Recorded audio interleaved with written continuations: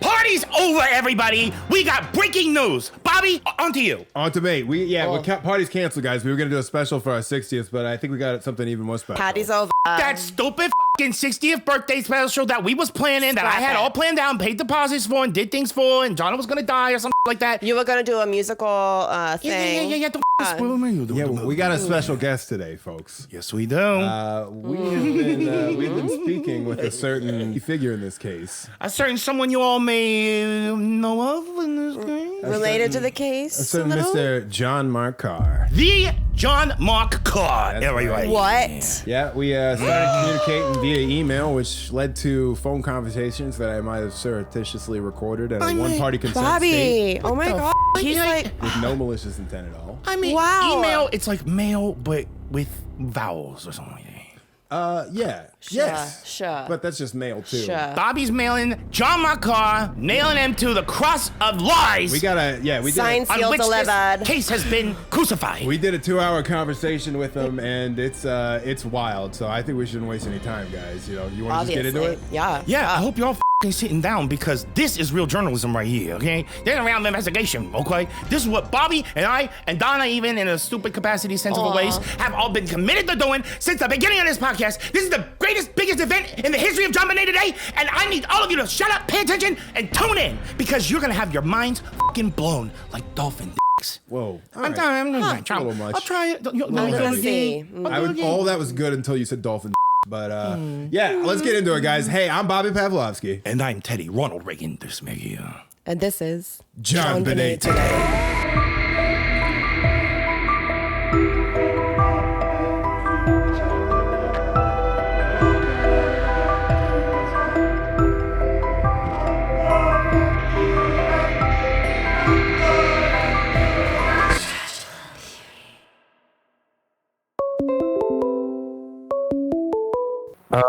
Mr. Pavlovsky, how are you? Good. How you doing? I'm all right. It's afternoon where I am. But, Afternoon. It was a beautiful morning. Yeah. So, but you sound a lot different than what I've heard from you. Yeah. Maybe I'm a fake. Maybe I'm not the real one. Maybe the real one's dead. And you're just managing his website? Yeah. Yeah. I hijacked his website, sent him on his way, and said, "Why don't you go off to the war in Ukraine, or you could fight for the Russians."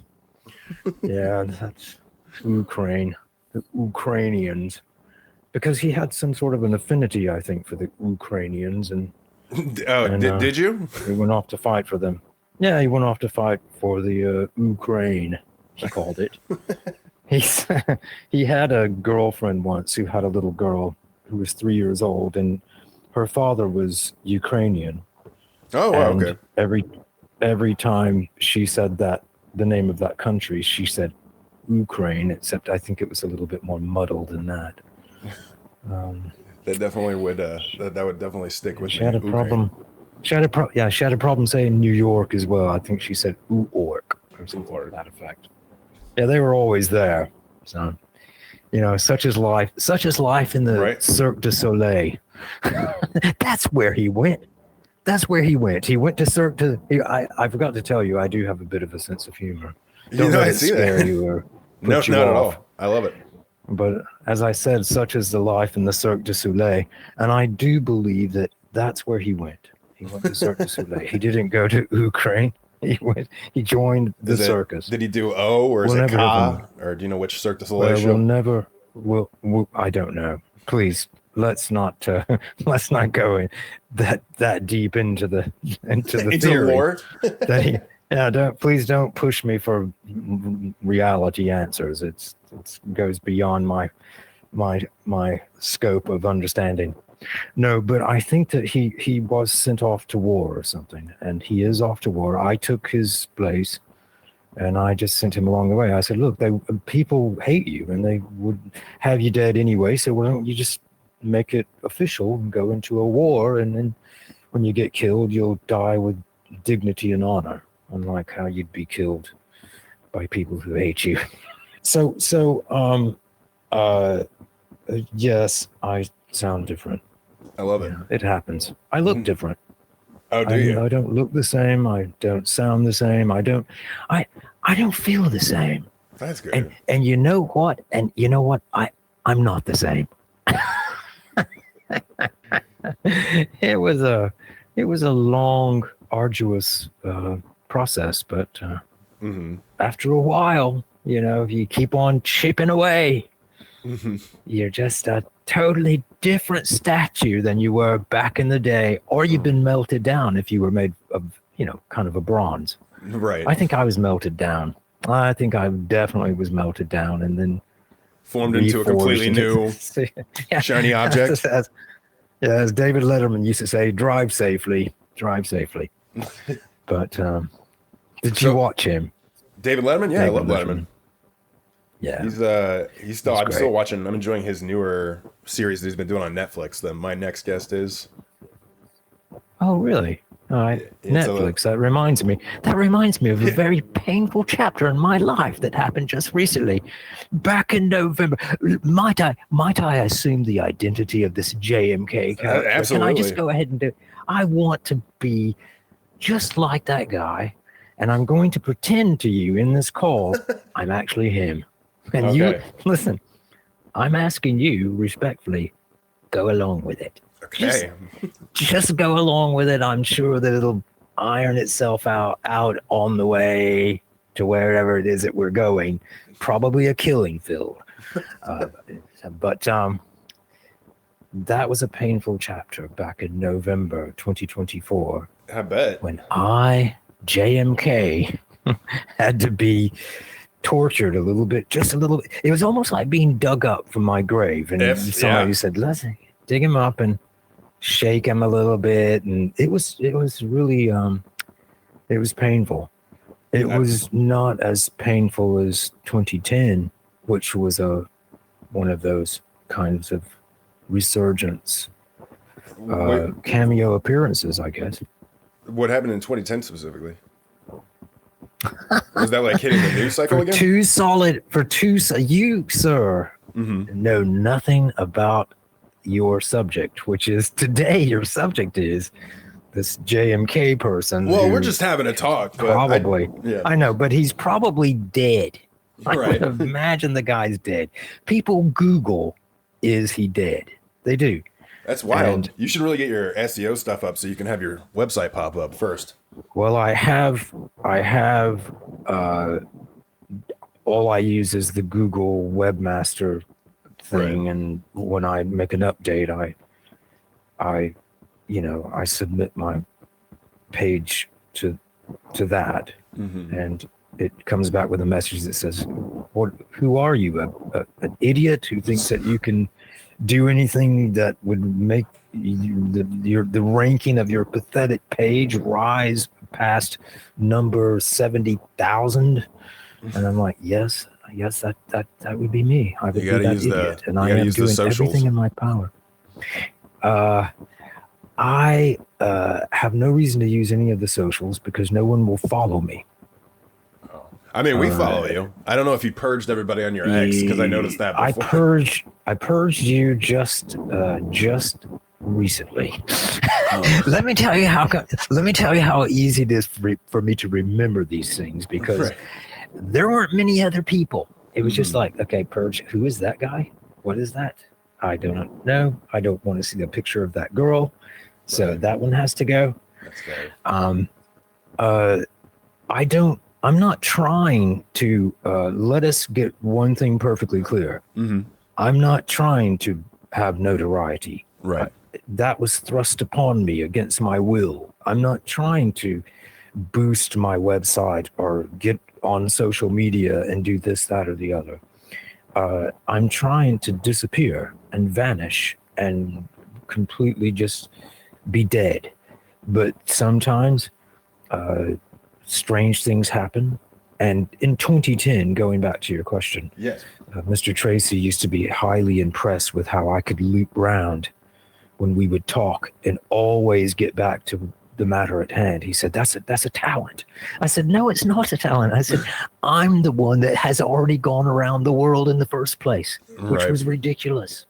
if I just stayed on topic and answered your question, but I don't know how we got off on talking about the war. And Right. I think you started that conversation. I'm going to blame you for it. That's fair.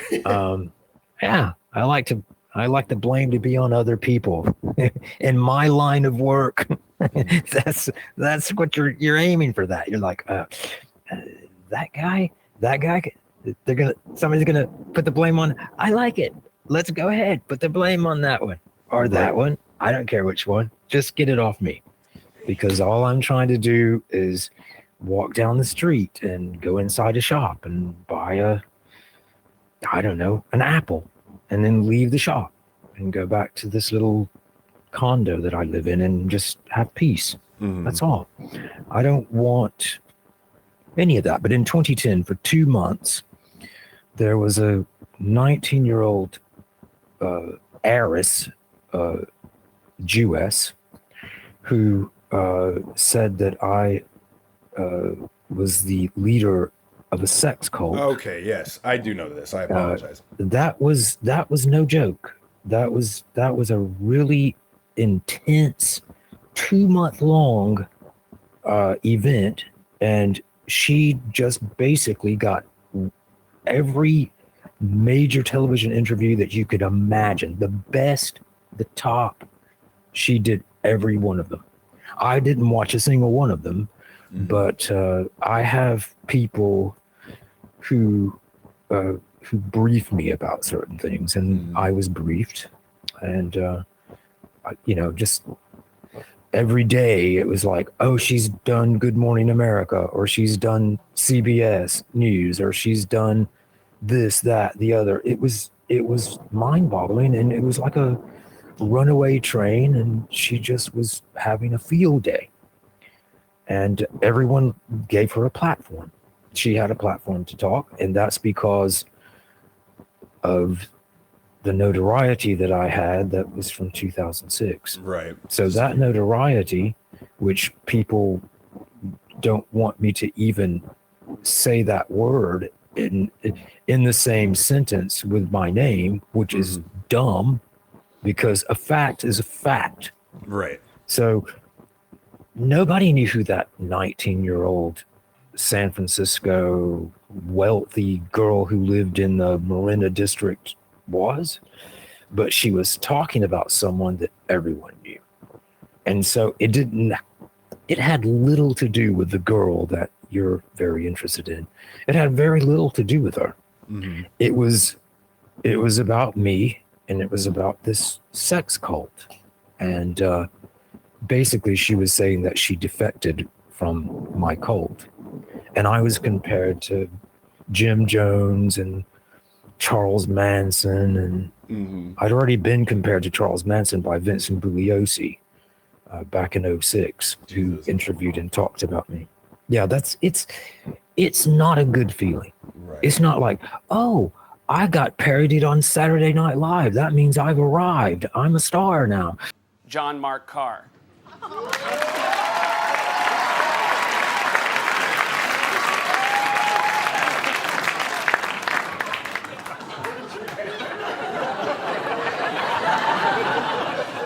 Thank you, Seth and Amy. It's good to be here.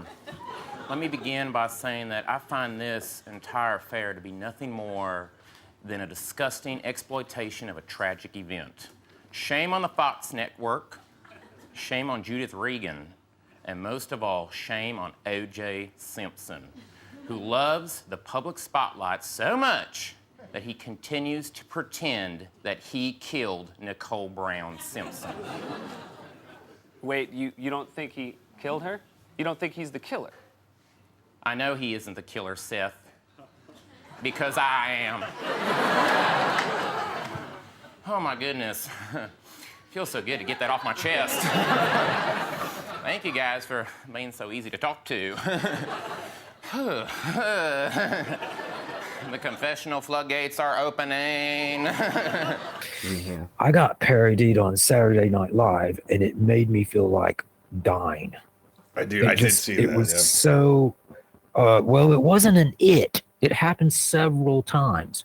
Really? And I despise Bill Hader because that guy is the one who portrayed me. Yes. When I saw it one time, because my girlfriend at the time, she had her laptop and I didn't know what. She said, "Come here, I want to show you something." Oh no. And she knew how I had an aversion to any publicity about myself. I've always never looked at it. Some people will tell me about it and they'll give me a paraphrase or something like that. But she just, I went to her laptop and she just hit play. Oh, I'm just remembering another terrible thing I did.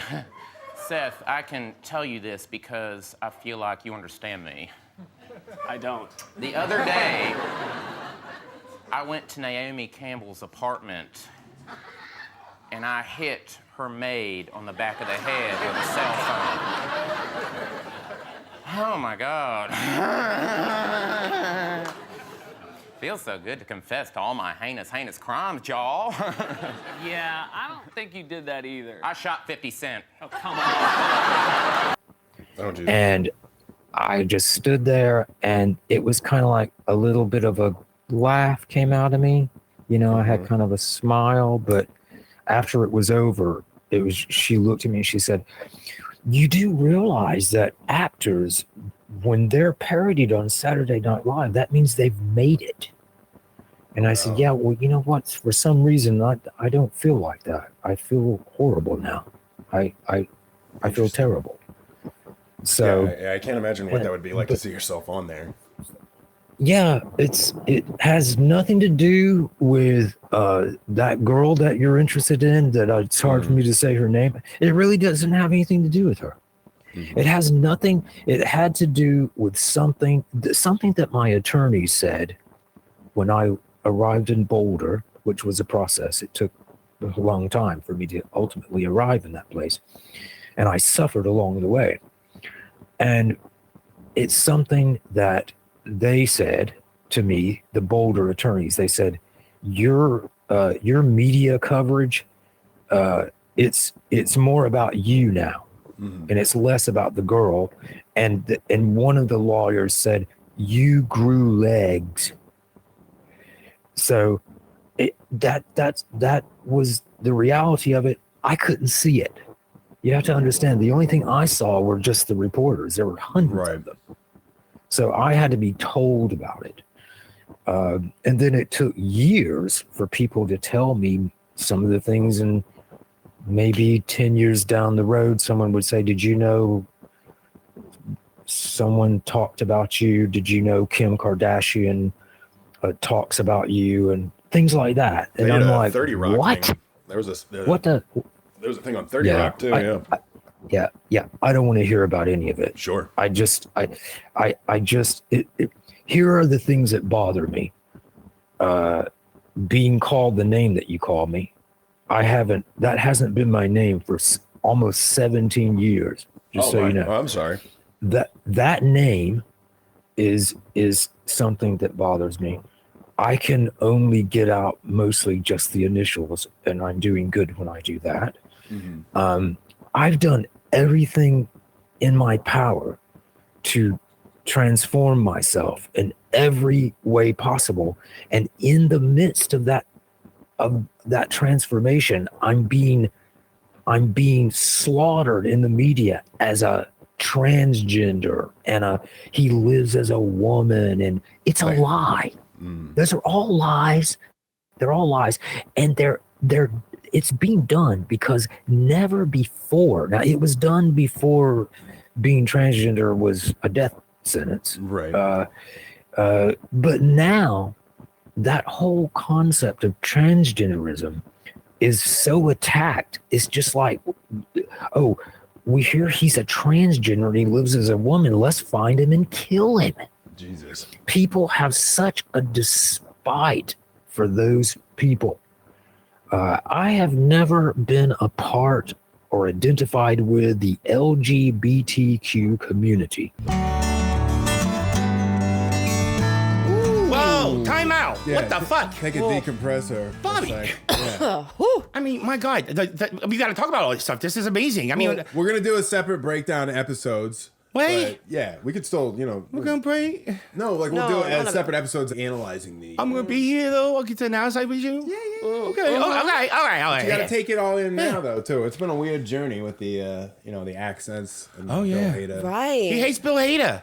He's a Bill Hader hater. Yeah. Hader. What the fight? I mean, of all things, Right. that should be a death penalty thing, right? No. I mean, not necessarily, I but do Bill. love I mean, Barry. he's great. Yeah, great. Yeah, Barry's Barry, a great wonderful show. show. I know my one friend. He heard somebody didn't like John Mulaney. Killed him.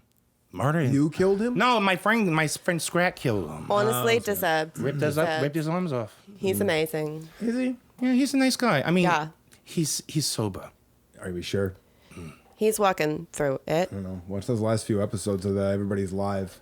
I don't know. We're not here to talk about John Mulaney's drug problem. Let's talk about Nah. a different John's problem. Yeah. Sure. So, Yeah, can we get back to the interview? Yeah, what we doing? Yeah. Right. Hold on, wait, I gotta pee. No, I have not. I don't live as a woman. I haven't for all these years been living as a woman. There's another name I despise, and it's a woman's name. And you can guess what that name is. That's the reason I called this People magazine guy back in 2023. So back in 2023, the ugly media raised its gnarly head once more. And now, see, it gets joined by social media. So it's not just the media anymore. It's everybody's got their television station in their pocket. So it's that did not exist in 2006. And if it had, it would have been unreal. It was already unreal. It was already outrageous. But I think that people have forgotten what happened. I think that somewhere along the way, they forgot how the news reported it at the time. It was a serious thing. It was seriously reported. There's no reason why I would have so many reporters crushing me if everybody thought I was an idiot. So I don't know what that's about, except that subsequently, obviously, another thing that I don't indulge in, subsequently there have been documentaries, if you could call them documentaries. They're not documenting facts. They're They're not. just, I want to get rich really quick and make a little bit of money off of a dead kid. Right. And then if I can, I'll make some money off of the person who killed the dead kid. And then I'll make some money off the father of the dead kid. And I'll put all that money together and I'll have a lot of money. Let me say this about people who write books and people who make documentaries and people who make 30 Rock and people who make this, that, the other, people who make, you forgot the Law and Order episode that was based on me. You forgot that one. Oh, that's right. People who do all these things and make all these, even the people who did the Netflix thing, which portrayed me as a murderer, and it was so powerful that it changed my life for a few months. So the thing is about all these book writers, and I don't care what their credentials are. I don't care what they wrote another book about. There's one thing that they all have in common. None of those people were there the night that this girl died. Right. And because they weren't there, they don't know what they're talking about. Nobody knows. I know you do a podcast and all. I know, but I have to tell you and everyone else, you weren't there, and everyone thinks they know everything about that case. God help you if you take that case seriously. Because the case is something that I talked to Tracy about. Tracy said, I've been talking to you for 4 years and there's something about you that's different. And I said, oh, really? And he said, you have never talked about that case. Ever. I said, that's because I think that case is stupid. It's the dumbest case on the planet. And he says, actually, they teach that case at certain schools and universities as the most bumbled case in American history. So I have no respect for that case. That case is a quagmire of elected officials who want to be elected again, like Lacey. Lacey was a politician. This is not a person who's trying to get justice for this child. This is a person who's trying to get votes. It's got nothing to do with justice.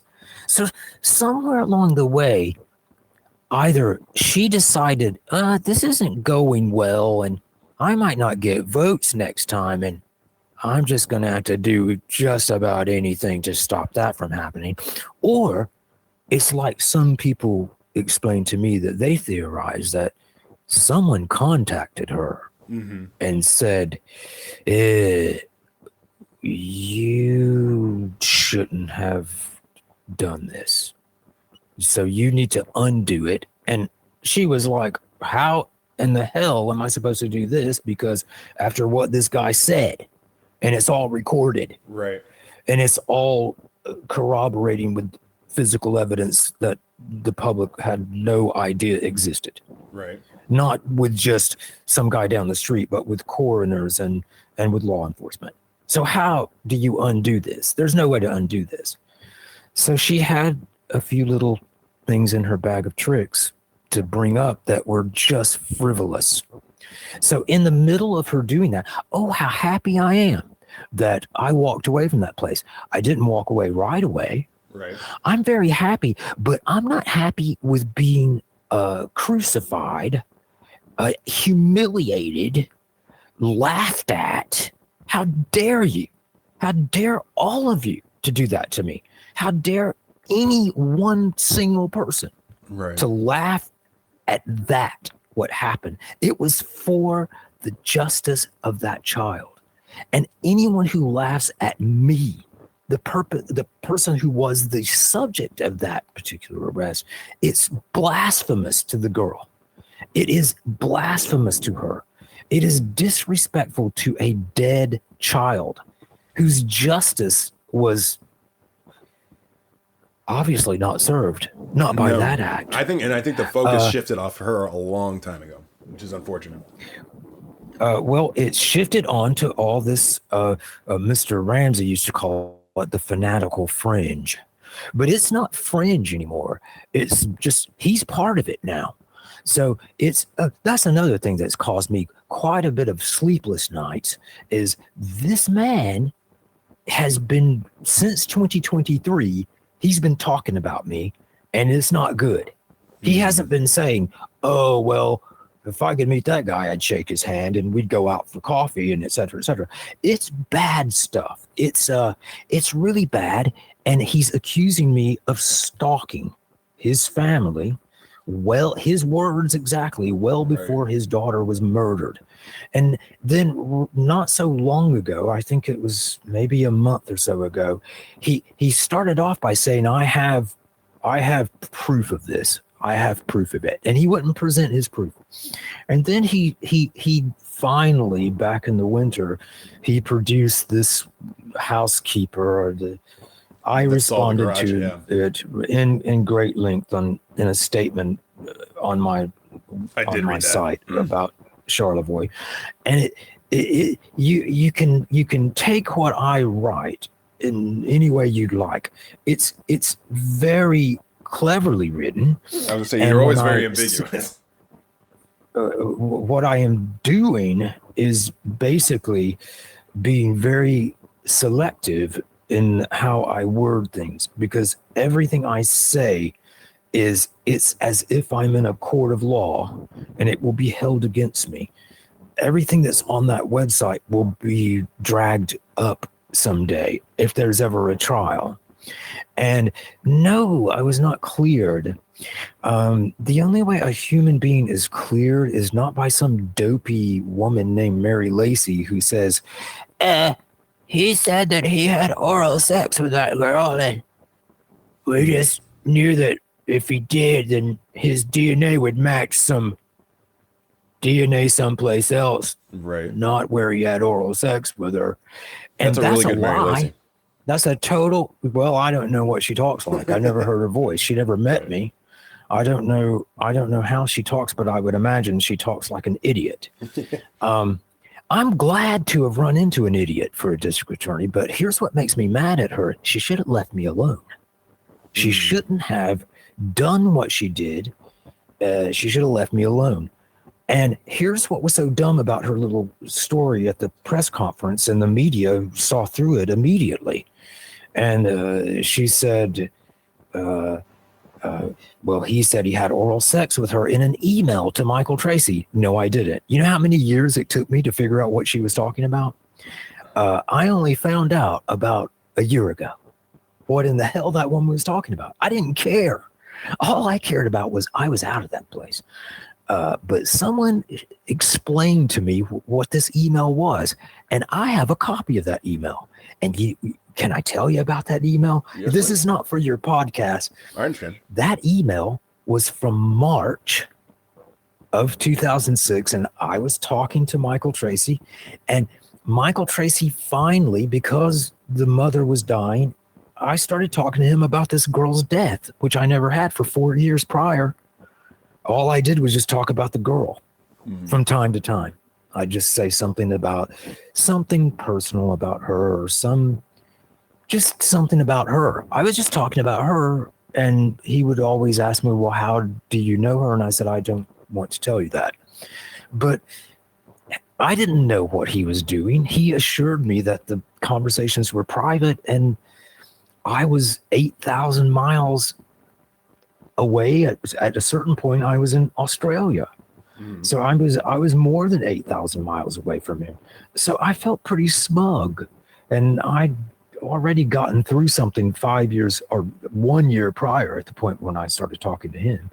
And I was a fugitive at the time. So I was feeling pretty strong. You know, I was like, I can basically do what the hell I want to do. And I wasn't saying anything to him.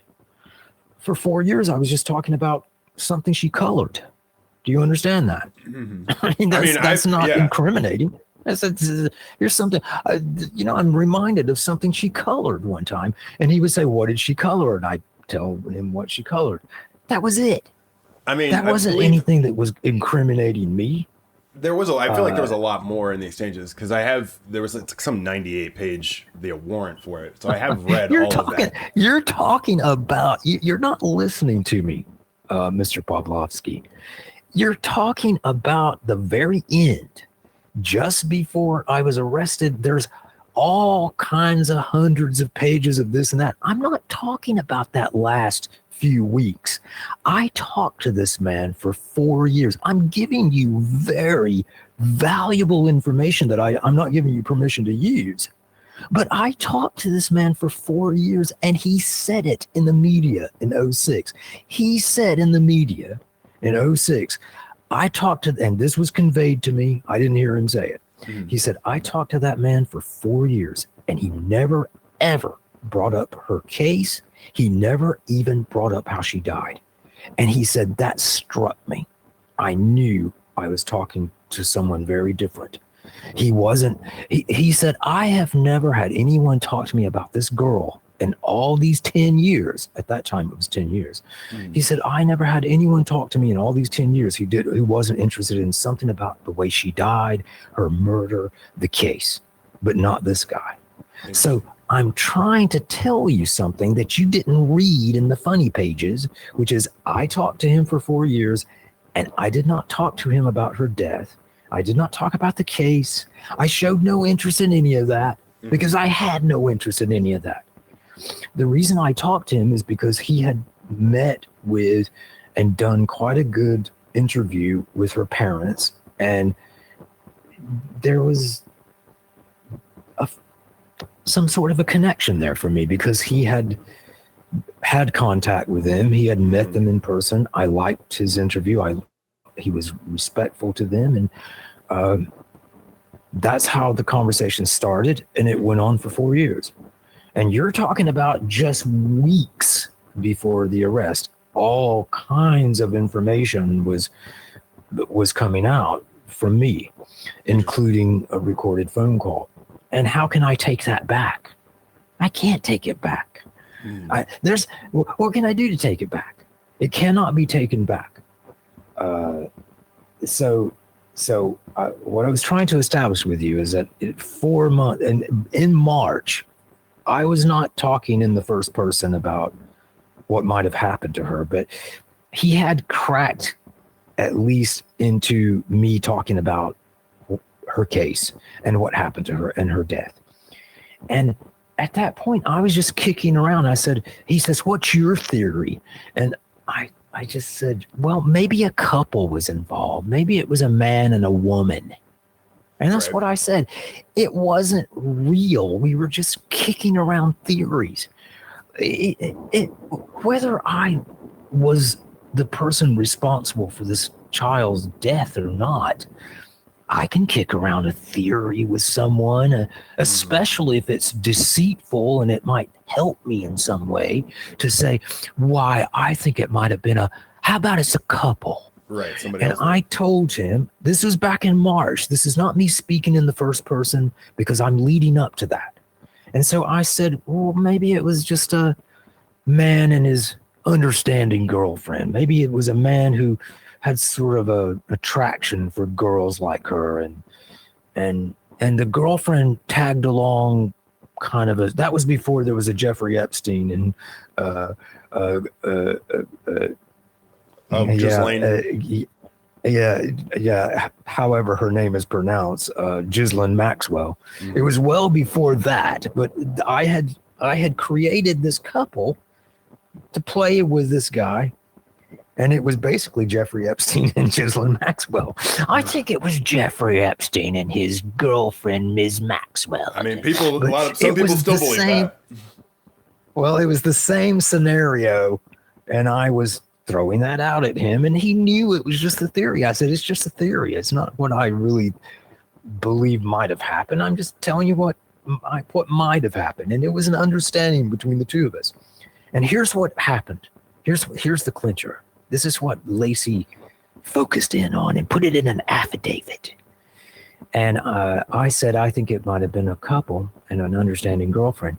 And then he said in the email, which I have a copy of it, he said, well, you know, I always thought whoever did this had oral sex with her. And then I responded in some roundabout way, and I can't quote exactly what I said, but it was something to the effect. I said, well, I believe I said I don't think anyone had oral sex with her, because if they had, the DNA would have been found all over that part of her body, and it wasn't. So I said, but let's just pretend that it was. And I said, if it was, out of the couple, it would have been the man instead of the woman, because the man had the proclivity, the sexual proclivity to begin with. Right. And it probably would have been the man. That's it. She took that, and let me progress into how it was me talking in the first person. It wasn't much longer after that email, and he said, you know what I think? And I said, I don't know. What do you mean? What do you think? He says, I don't think there was a couple. I don't think that you're describing anything that's real. He says, there wasn't a couple because you are the person who killed her. That's what rolled the chapter over into chapter 2. And so he started bringing up some of the things that I said the couple did. And he said, I think you're talking about yourself. I don't think you're talking about any couple that you've created or made up. I think you're just talking about yourself.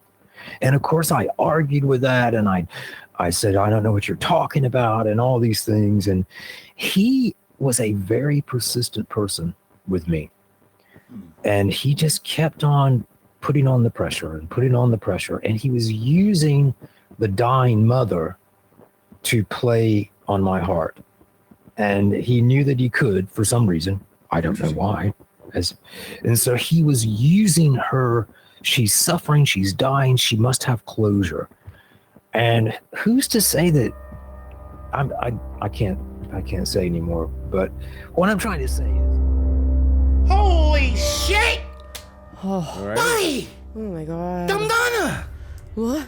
Like, I can't believe what I just heard. Yeah, what Yeah. was he saying there? I mean, 'Cause my he was God. saying he was basically saying, Tracy's saying, the dying mother, she needs closure, and then John goes, who's to say? You know what? Never mind. He's just stopped I'm not talking gonna about say it. that. And What? it's like, What was he talking about? well, again, we've always wondered what's the connection. That's the one thing he never talks about in Right. interviews. He's confessed to killing it, but one thing he has never revealed is what is his connection. And right there, it sounded like he was almost going to implicate, like, why would Patsy need closure? Who's to say she needs closure? Right, implicate. Oh. He like it's- walks right up to it. Yeah, and it's also Wow. and it's something I didn't really catch until the second listen through. But it's like, Wait a minute. yeah, So, what was this connection? he seems to know she didn't need closure. But Yeah, how did he find out about Wait, that? how He didn't would find he out about know? Whoopi Goldberg girl interrupted nurse, passing notes and written in pencils. Yeah, I forgot she was well, in that. what if I told you you're eventually going to get your answer to that question? Oh, What the really? fuck? Shut up, Donna. What? Yeah. So let's keep going with the interview. Well, we'll see you guys in part 2, okay? Part Oh two. my god. Part 2. All right. Well, hey, we love you guys so much. Make sure you Yes. join us on Patreon. You can Please. donate to us below. Yes. Buy some merch. Love if you it. want. Buy some fucking would love shirts. it. You Like need and shirts. Subscribe. Yes, please. Yeah. Never forget 9/11. Buy our merchandise. Yeah, We're not buy forgetting. our We're making merch. sure no one's ever forgetting 9/11. Oh no. I'm Or not. the fact that when we started this case many moons ago, we had a mission. We are going to solve this. We're going to solve this. And Right. ladies and gentlemen, what you have witnessed today is the beginning of a new radical transformation in the story of this case.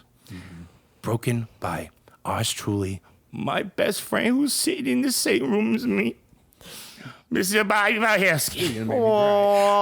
Just, No clap. No, thank you. Okay. you just, I mean, Appreciate it. I couldn't have done it without you guys, and we could have done it without all you guys that are listening. Yeah. That are listening and watching and showing you support. Contributing. We even the mean Yeah. ones of you, you're so bitter. They hate us. Yeah. But hey, we're going to see you guys in part 2, so get excited. Yeah, get excited, everybody. I can't wait, Bobby. I know, me either. All right, well, hey, I'm Bob Pavlovsky. And I'm Daddy Ronald Reagan, this Mickey.